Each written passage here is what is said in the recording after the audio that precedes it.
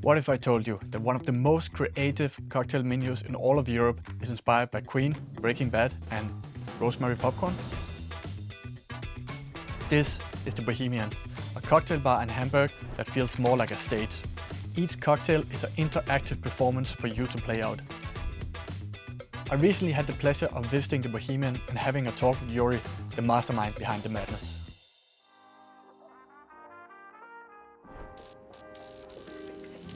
My name is Juri, and we opened the Bohemian in 2021, and my specific role in this company is director of drinks, basically the creation of the drinks, evolution and design of the menu, also the quality control, because we have a very big team.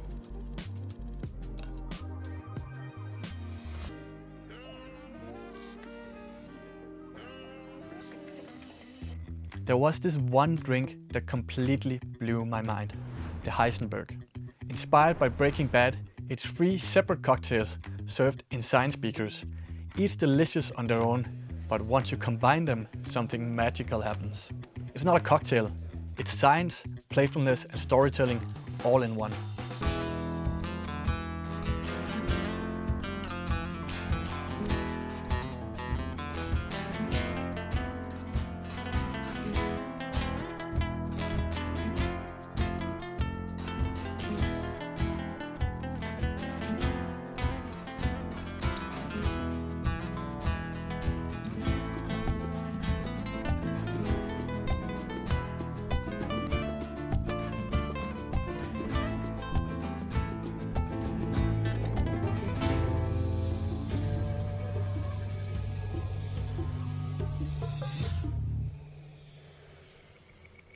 The name is, of course, inspired by the show Breaking Bad. The basic idea was from my bartender Carlos. He once had the idea to just serve a tray with some components which the guests can use to create a drink. So, for example, we take the acidity, we take the syrup. This idea was quite good, but on the other side, it's very difficult to give a non-experienced bartender just the components to create this drink, because the possibility is very high that the drink will be shitty. So we needed a different concept where you mix different drinks or components together. And we brainstormed a little bit, and at the end, the drink right now is actually 3 drinks to create 1 drink. The biggest part of this is a lychee margarita. We use fresh corn for it, so we make an infusion of corn, tequila, lychee juice, and then build it like a classic margarita with some lime and sugar. This is way more nasty. We are not filtrating the corn to have a smooth taste, a smooth feeling. Then we have kind of a michelada, so we are clarifying tomato juice, also putting inside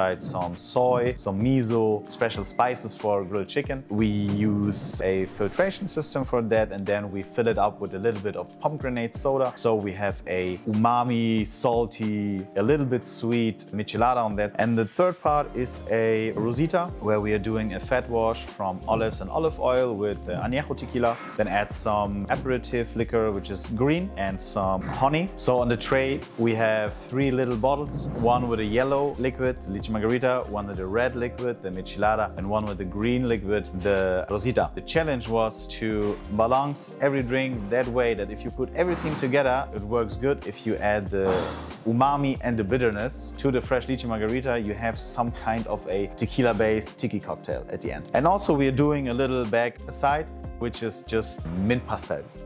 So it's like a nice, interesting gimmick at the end. You have fresh breath after that.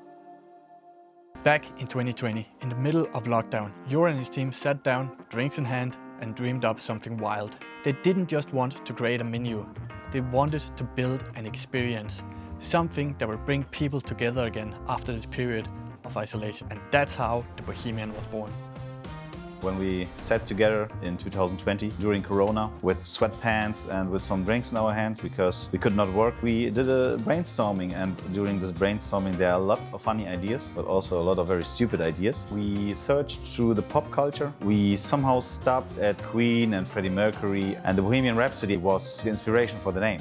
The time when the Bohemian people created their coffees and places where you can consume their art was also a time where artists were not acknowledged by the society. So they decided to create drinks and restaurants to get enough money for living, but also still they could focus on their art. We saw some similarities with the work of a bartender. We are working in an industry where we have to work when everyone is free. On the other hand, when other people are at their work, we have free or we're still sleeping, So it is a kind of a contrast from the usual life. Also, I think there was a definition on Wikipedia that said Bohemian people are artists which are living in the heart of the society, but still just at the corner of it. We as bartenders could relate to that, so we thought this would be the perfect name for us, actually. When Juri said the bartenders are on the corner of society, that hit me.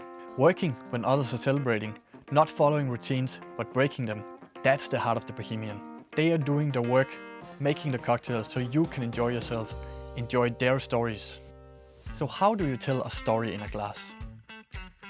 At the Bohemian, it starts with 6 months of R&D, clarifications, cordials, acids, foams, all done in-house. Honestly, it's like a science lab, just with better music and a lot more citrus. The main concept of the Bohemian is a theatrical drink presentation. Every signature drink and every creation we are putting on the menu is developed through a long period of time. From the first idea till it reaches the menu, one drink needs 6 months or even a year or even longer. We create a 100% round experience. We try to build a whole story. For example, we have a Freddie Mercury inspired drink, which is called I Want to Break Free on the menu. We also figure out, what did he like. This is how the ingredients also fit inside of the presentation of the whole signature cocktail.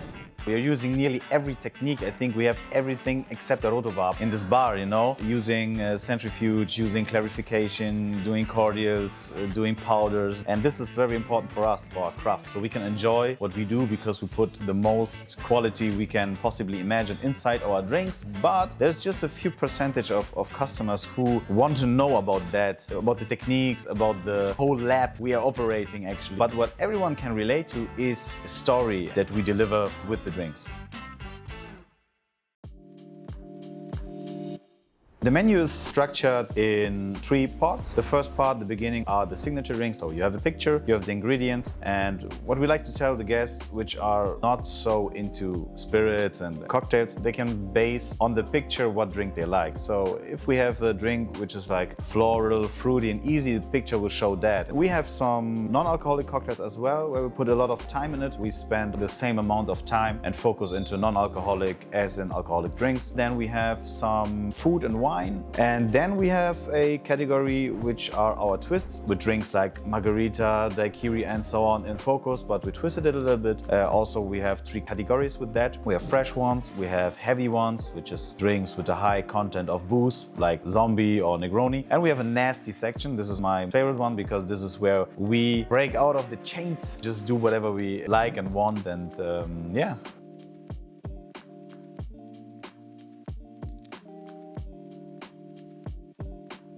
I try to do small trips during the year. You get something to eat, you drink some special local lemonade. I was in Germany in a hotel bar and they served rosemary caramel popcorn, which was a great combination of aromas. Half a year later, we made a drink with the cinema as a theme, as a main theme. And it was like, okay, like cinema, we need popcorn. And I had this connection with this small bar snack I got there. And I said, okay, we need to make this combination of popcorn, caramel and rosemary, and this will fit great. Most of the time, it's trial and error. You just have an idea, cook a cordial, or when you say, I've never fat washed a old rum with butter, let's try that, let's see what comes out. Also, we have a big team. We are working always together as a team, and we're trying to make a whole logical menu with a lot of diversity.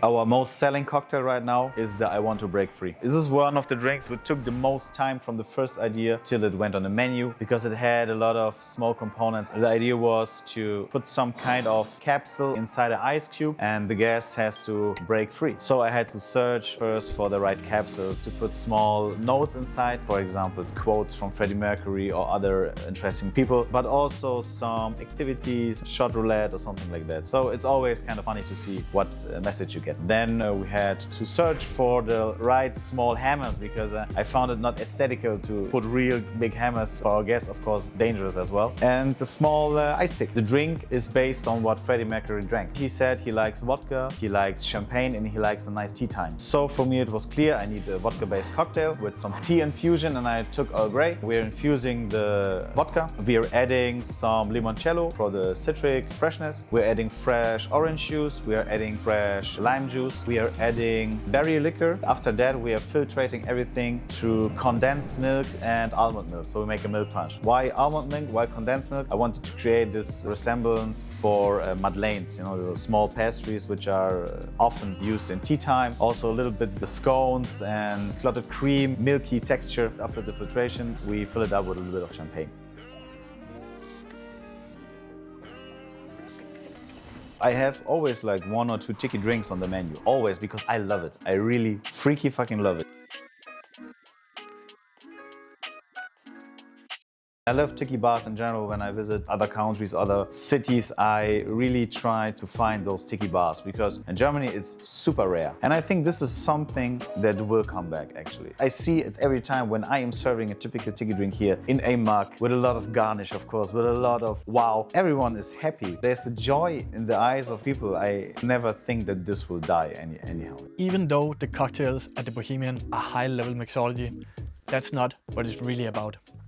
It was only when Juri said, "I freaking love Tiki drinks," I really started to understand his vision. It's not about what's in the glass, but what the glass makes you feel. Interactive cocktails, cultural references, storytelling, it's all just a vehicle for you to have fun. Yeah, sustainability is a funny topic actually, because it got bigger and bigger during the last years. But what is real sustainability? I think it is something everyone should ask him or herself. I can take an apple and then I take the skin out, dehydrate the skin and make a powder from that. I need the juice from the apple for my drink. Then I take the rest of the fruit to make compote or something. And then I have the seeds inside and I will dehydrate the seeds in my dehydrator for 72 hours. Isn't that way more expensive? Is this sustainable if I save the ingredient, but on the other hand waste a lot of energy, a lot of time and a lot of money? I think real sustainability is if you do whatever you can do to save as much resources as possible. So of course we use the juice from the citrus fruits we are zesting because it's way easy. You can make milk punch out of it, you can make a cordial, but I will not turn on my oven for 6 days straight to, you know, dehydrate some skin from whatever or make a leather or something, which at the end is not tasting good for the guest, you know, making fruit leather. Man, it tastes like, I don't know, like socks. I don't know, really, it just does not taste good. So why do you need that on your drink? So yeah, I think this is controversial, yes, I know, but there's a difference between the sustainability the industry wants us to show and real sustainability. This last cocktail was basically a liquid Snickers. Delicious. The Snickers Old Fashioned, which is basically just like an Old Fashioned with a peanut butter fat wash. So what we do is we take peanut butter together with Michter's American whiskey, let it rest some hours, then we put it in the freezer, then we filtrate everything through a coffee filter, and after that we add a little bit of salt, cocoa syrup and cocoa bitters. A very down-to-earth flavor pairing because we all know Snickers, of course, peanut and chocolate works well. The texture, the aroma, the flavor, it's a very dangerous drink. It goes very fast down the throat. I would definitely recommend this drink for everyone who likes old fashions. So yeah, it all started with popcorn and Queen. But what Juri and his team built, that's something bigger. It's a place where drinks tell stories and stories are delicious. If you're ever in Hamburg, you have to go.